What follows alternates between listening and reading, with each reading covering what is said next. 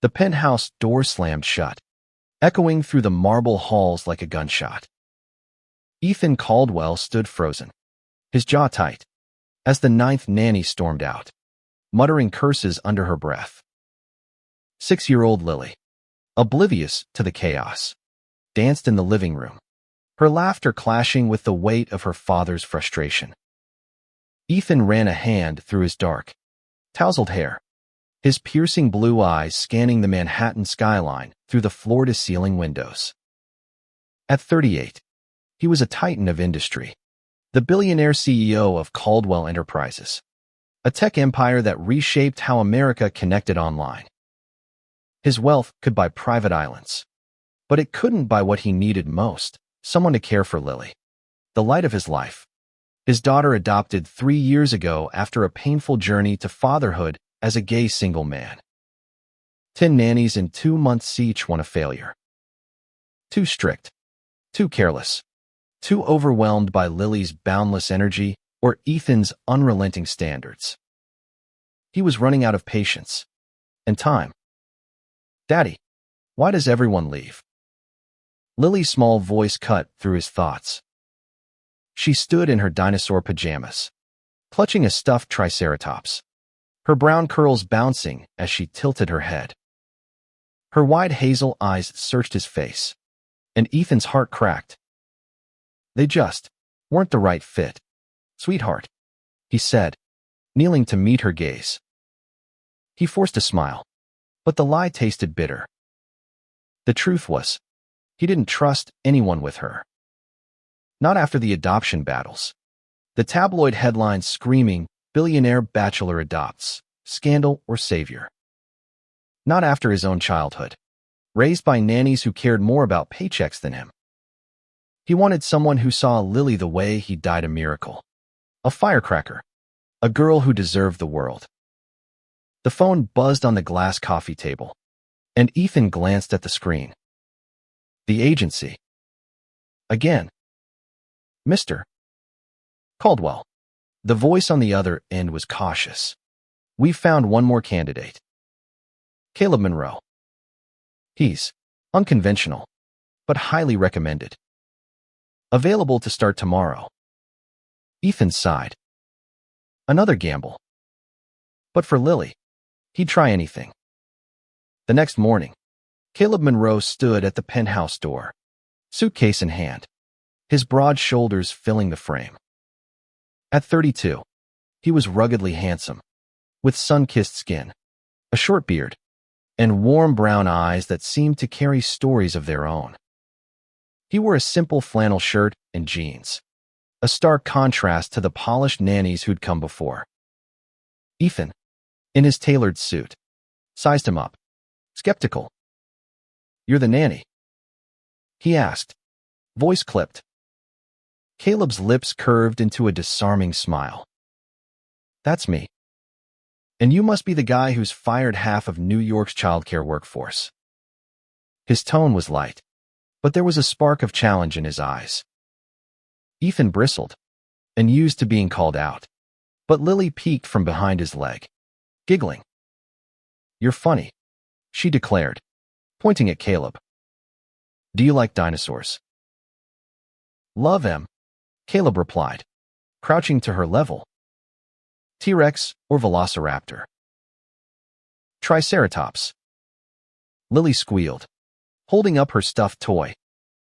Caleb nodded solemnly, as if she'd shared a profound truth, and Ethan felt a strange tug in his chest. This guy was different. Over the next few days, Caleb settled into the penthouse with an ease that unnerved Ethan. He wasn't like the other snow-rigid schedules. No forced politeness. He played dinosaurs with Lily, built blanket forts in the living room, and somehow got her to eat broccoli without a tantrum. Ethan watched from his home office, torn between relief and suspicion. Caleb was too good, too natural, and Ethan didn't trust things that came too easily. One evening, as Lily slept, Ethan found Caleb in the kitchen, humming softly as he washed dishes. The sight was oddly domestic, and Ethan's guard faltered. Why do you do this? He asked abruptly. You could be doing anything. Why nanny? Caleb dried his hands, his expression softening. Grew up in a small town in Montana. Big family. Lots of siblings. I was the one who kept things together when our parents worked late. Kids, they're honest. They don't care about your bank account or your status. They just want you to show up. He paused, meeting Ethan's gaze. Lily's special. You know that. Ethan's throat tightened. He wanted to argue, to keep his walls up, but Caleb's sincerity was disarming. For the first time in months, he felt seen not as a billionaire, not as a headline, but as a father desperate to do right by his daughter. As weeks passed, Caleb became a fixture in their lives. He navigated Lily's boundless energy with patience, taught her to draw stars on the balcony under the New York sky, and even got Ethan to join them for impromptu dance parties.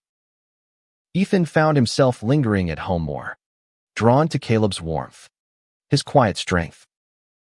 But with every laugh, every shared glance, a new tension grew. Ethan hadn't dated since before Lily, hadn't let himself feel anything beyond fatherhood. Yet Caleb's presence stirred something he'd buried long ago: desire, hope, fear. One night, after Lily was tucked in, Ethan found Caleb on the balcony, staring at the city lights. You're good with her, Ethan said, his voice low. Better than anyone. Caleb turned, his eyes searching Ethan's. She's easy to love. So are you. The words hung in the air, raw and unguarded. Ethan's pulse raced. He wanted to step closer, to close the distance, but fear stopped him. He was a billionaire, a single dad, a man whose life was a minefield of scrutiny. Could he risk this? Before he could answer, his phone rang, shattering the moment. The agency again. Mr. Caldwell, we've had a complaint. One of your former nannies is threatening to go to the press. Something about inappropriate behavior with staff. Ethan's blood ran cold. He hadn't done anything, but he knew how rumors worked. One wrong word, and Lily's life could unravel. Caleb's hand brushed his arm, grounding him. Whatever it is, we'll handle it, he said quietly. Together. Ethan looked at him, heart pounding. For the first time, he didn't feel alone. But the storm was coming, and he wasn't sure any of them were ready. The headline hit like a tidal wave. Billionaire dad's nanny nightmare, inappropriate conduct alleged. Ethan stared at the tablet screen, his coffee going cold on the penthouse's marble counter. The article was vague but vicious, hinting at scandal without proof, quoting an anonymous former nanny who claimed Ethan crossed professional boundaries. His name, his empire, his daughter, everything he'd built was now fodder for clicks and whispers. He slammed the tablet down, startling Lily, who was coloring at the kitchen island. Daddy, what's wrong? She asked, her crayon pausing mid-stroke. Nothing, sweetheart, Ethan lied, his voice tight. He glanced at Caleb, who was flipping pancakes nearby, his calm demeanor a stark contrast to Ethan's rising panic. Caleb's eyes met his, steady and unwavering, and for a moment, Ethan felt anchored. But the weight of the accusation was suffocating.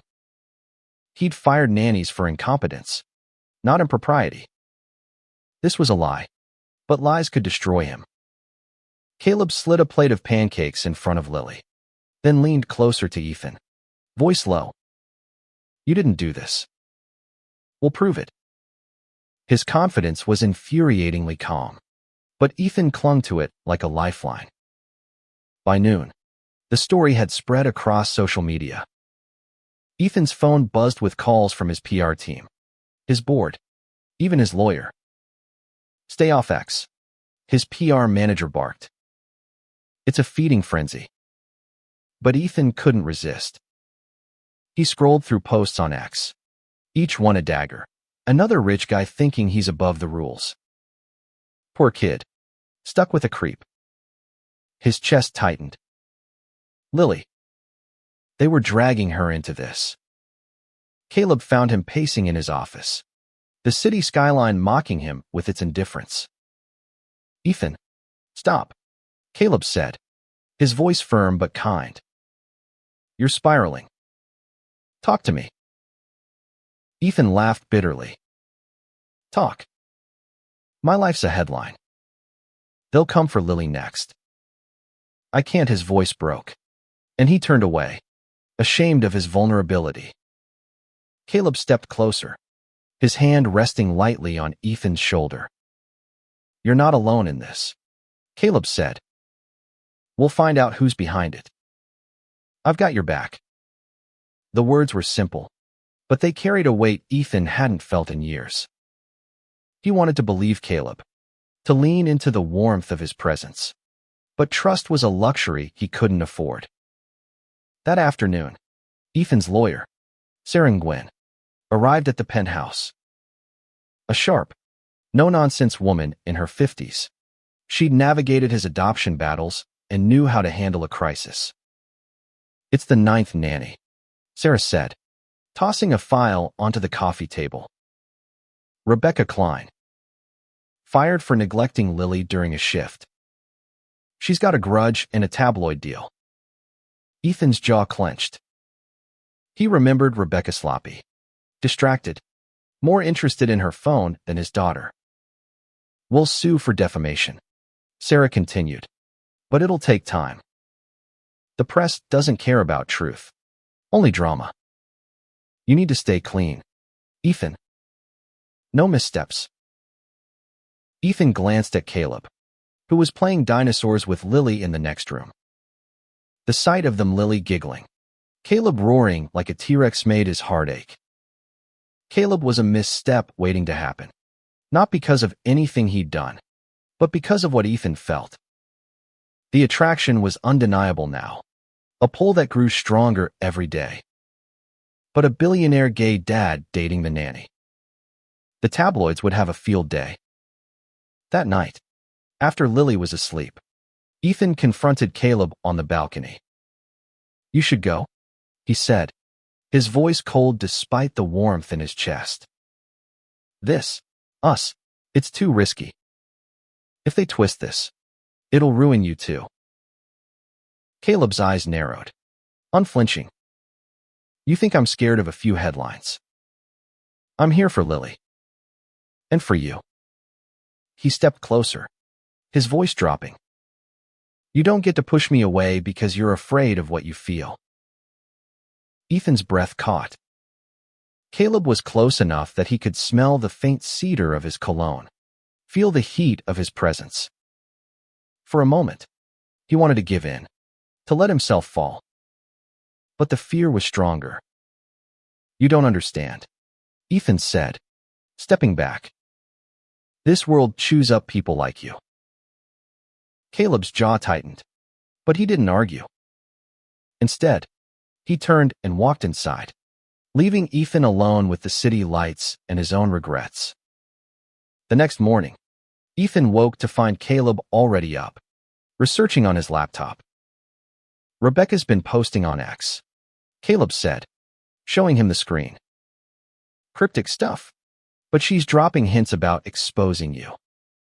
I think she's bluffing, but we need to dig deeper. Ethan stared at the posts, his anger flaring.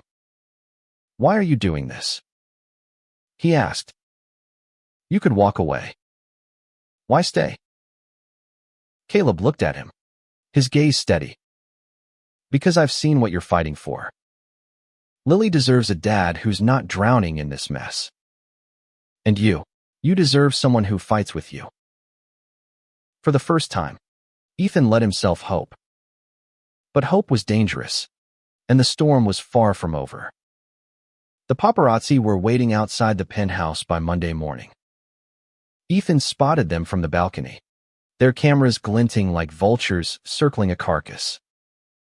He pulled the curtains shut, his heart pounding as he imagined Lily seeing her face splashed across tabloids.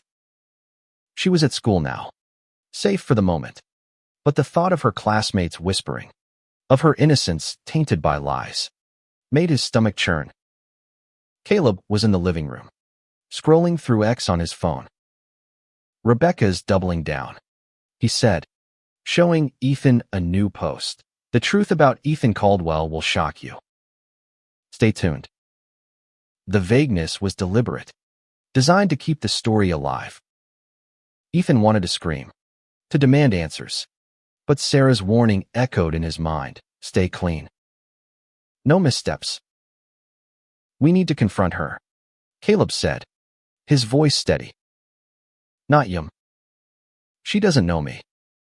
I can get her to slip up. Admit she's lying." Ethan shook his head. "You're not getting involved. This is my mess." "It's our mess now," Caleb shot back, his eyes fierce. "You think I'm just the nanny? I'm in this, Ethan. For Lily. For you." The intensity in his voice sent a shiver down Ethan's spine. He wanted to argue, but Caleb's resolve was unshakable. And deep down, Ethan was grateful. They devised a plan. Caleb would reach out to Rebecca under the guise of a concerned former colleague, fishing for information. Ethan's lawyer, Sarah, would monitor any communication, ready to pounce if Rebecca admitted to fabricating the story. It was risky, but doing nothing was worse. Caleb made the call that afternoon, his voice calm but probing. Ethan listened through the speaker, his hands clenched. Rebecca was cagey at first, but Caleb's charm wore her down. "I just want to know what happened," he said, feigning sympathy. "Sounds like Caldwell was awful to you." "He's a control freak," Rebecca spat. "Fired me for nothing, just because his kid didn't like me. I'm just giving him what he deserves." Ethan's blood boiled, but Caleb stayed cool, coaxing her to reveal more. She didn't admit to lying outright, but her bitterness was clear. It wasn't enough for a lawsuit, but it was a start. That evening, as they reviewed the call with Sarah, Ethan felt a flicker of hope. But the relief was short-lived. His phone buzzed with a new alert, another tabloid story, this time with a blurry photo of Caleb entering the penthouse. Billionaire's new nanny, more than just childcare. The insinuation was clear, and Ethan's heart sank. They dragged Caleb into the mud too. "I'm sorry," Ethan said, his voice hoarse as he showed Caleb the article. "I told you this would happen." Caleb shrugged, his smile bittersweet. "I've been through worse. Small-town kid, openly gay in Montana. You learn to take punches." He paused, his eyes softening. "But you don't have to take them alone." Ethan's chest tightened. He wanted to reach out, to bridge the gap between them, but the fear of exposure held him back. Instead, he changed the subject. "Lily's school called. They're worried about the media attention. I need to talk to her principal tomorrow." The next day, Ethan met with Principal Carter, a stern woman who eyed him with barely concealed judgment.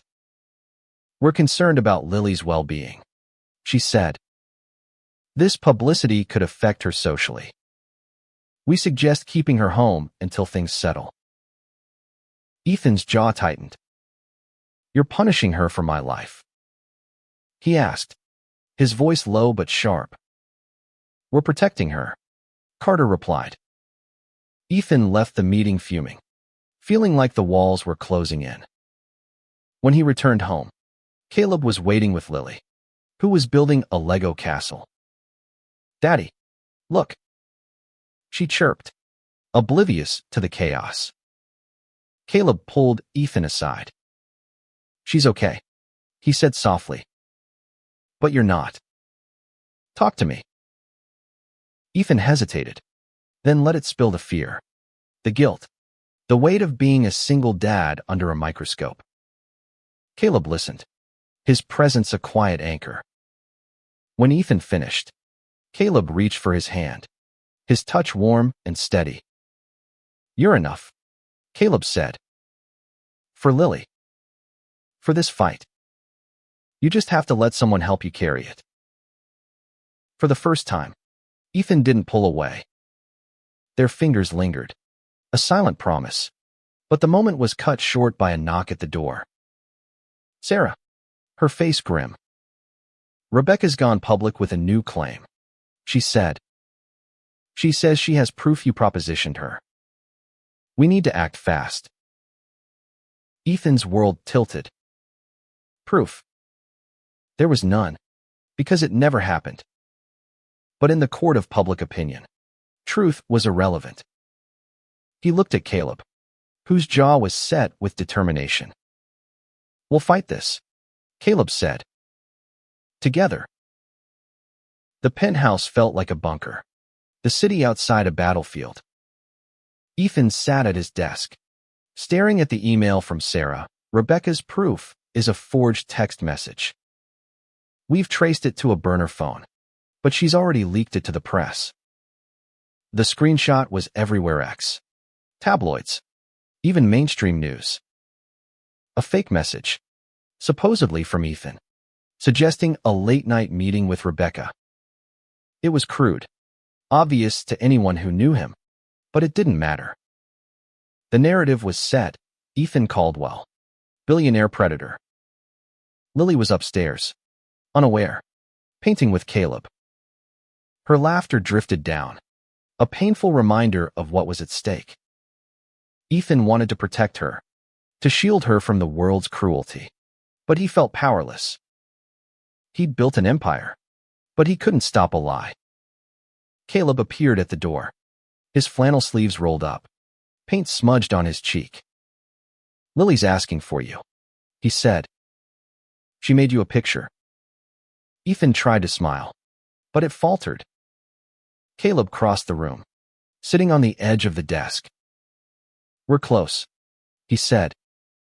Sarah's team is digging into Rebecca's financials.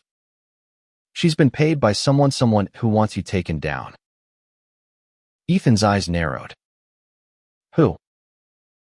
Not sure yet, Caleb admitted. But it's bigger than a disgruntled nanny. This feels personal. Ethan's mind raced. Rivals. Former partners. He'd made enemies climbing to the top, but none came to mind who'd stoop this low. Before he could spiral, Caleb's hand found his, grounding him. We'll figure it out, Caleb said. But you need to be here for Lily. She's starting to notice you're stressed. Ethan nodded, guilt washing over him. He followed Caleb upstairs, where Lily presented him with a painting of 3 stick figures under a rainbow. That's you, me, and Caleb, she said, beaming. Ethan's heart swelled, but the image of Caleb in their family portrait stirred a mix of warmth and fear. He couldn't afford to want this not now. That night, Sarah called with a breakthrough. Rebecca's been in contact with a shell company tied to Marcus Reed, she said. Ethan's blood ran cold. Marcus, his former business partner, had left Caldwell Enterprises after a bitter fallout over ethics. Marcus wanted to sell user data. Ethan refused. The split was ugly, and Marcus had vowed revenge. He's funding Rebecca's smear campaign, Sarah said. We're gathering evidence, but we need to move carefully. Ethan shared the news with Caleb, who listened intently. So, we take down Marcus, Caleb said, as if it were that simple. Ethan almost laughed at his audacity, but it sparked something in him: hope. Maybe. Or defiance. The next day, Ethan met Marcus at a neutral location, a quiet cafe in Brooklyn. Marcus, lean and smug in a tailored coat, smirked as Ethan sat down. Rough week. Huh? He said, sipping his espresso. Cut the crap. Ethan snapped. I know it's you. Call off your dog, or I'll bury you. Marcus laughed, unfazed. You're in over your head, Ethan. The world loves a scandal, and you're the perfect villain. Gay, rich, single dad. They'll eat you alive. Ethan's fists clenched under the table, but he kept his voice steady. You're wrong. I have people who believe in me. And proof you're behind this. Marcus's smirk faltered, but he recovered quickly. Good luck proving it. My hands are clean. He stood, tossing a few bills on the table, and left. Ethan's pulse pounded, but he felt a shift. He wasn't fighting alone anymore. Back at the penthouse, Caleb was waiting, his eyes bright with an idea. I've been digging on X, he said. Marcus isn't as careful as he thinks. He's been messaging Rebecca from a private account, but it's linked to his old email. If we can get those messages, we've got him. Ethan stared at Caleb, torn between admiration and fear. You're risking too much, he said. If this goes wrong, you'll be a target too. Caleb stepped closer, his voice low. I'm already a target, and I'm not going anywhere. Their eyes locked, the air thick with unspoken words. Ethan felt the pull again, stronger now, but he pushed it down. Not yet. By week's end, Sarah's team had the messages sloppy, incriminating exchanges between Marcus and Rebecca. It was enough to discredit her claims and expose Marcus's scheme. Ethan should have felt triumphant, but the victory was hollow. The damage was done. Lily's school had called again, suggesting a temporary withdrawal. The tabloids were still churning out stories. And Ethan's feelings for Caleb were a complication he couldn't ignore. That night, as Lily slept, Ethan found Caleb on the balcony. We're close to ending this, Ethan said, his voice soft. But I don't know what comes next. Caleb turned, his gaze steady. You do. You're just scared.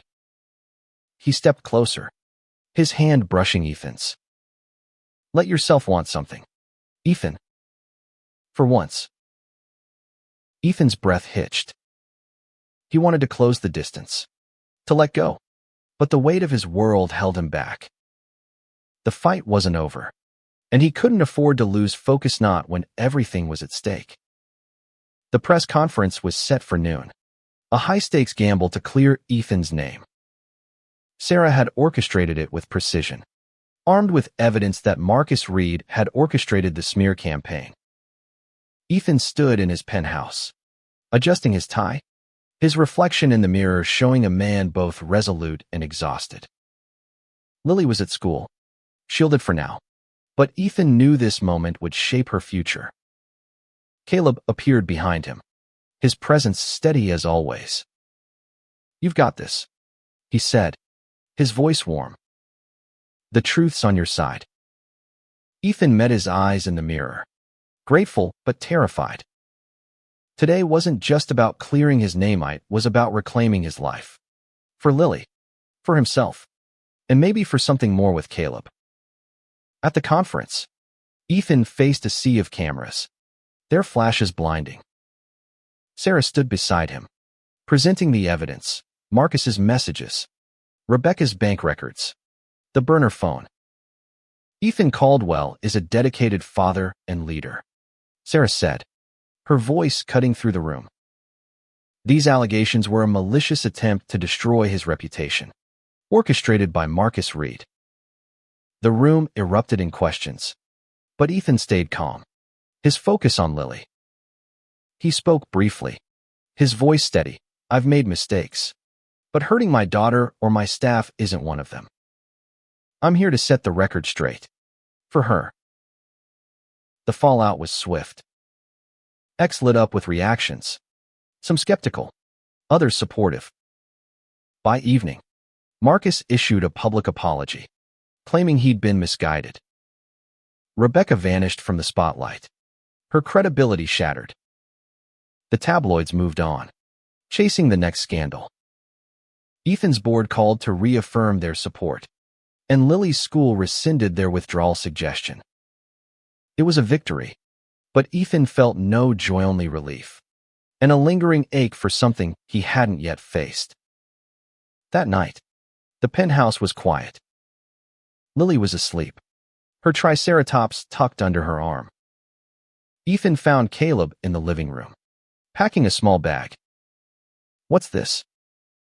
Ethan asked, his heart lurching. Caleb looked up, his expression conflicted. "You're in the clear now. Lily's safe. My job's done."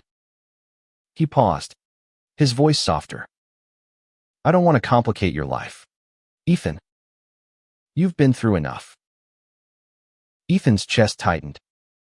He'd spent months pushing Caleb away, terrified of what he felt. But now, faced with losing him, the truth was undeniable. "You're not a complication," he said, stepping closer. "You're the only thing that's made sense in years." Caleb's eyes widened, searching Ethan's face. "You mean that?" Ethan nodded, his voice breaking. "I've been scared off the world, of myself, of losing Lily. But I'm more scared of losing you." He reached for Caleb's hand, his touch tentative but sure. "Stay?" "Not as the nanny. As us." For a moment, Caleb was silent, his breath unsteady. Then he closed the distance, his lips meeting Ethan's in a kiss that was soft, urgent, and full of promise. It was a beginning, fragile but real, and Ethan felt the weight of his fears lift, replaced by something new: hope. Months later, the penthouse was alive with laughter.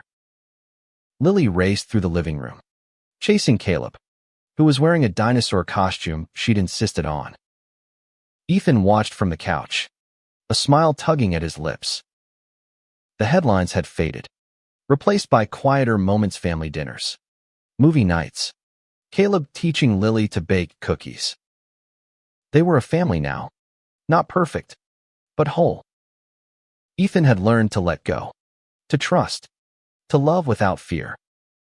Caleb had given him that, not just as a nanny, but as a partner, a confidant, a man who saw him for who he was, not what the world expected.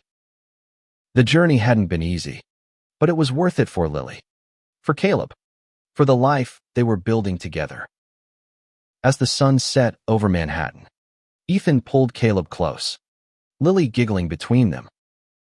The city sparkled outside, a reminder of the world they'd faced and overcome. For the first time, Ethan wasn't afraid of what came next. He had everything he needed, right here,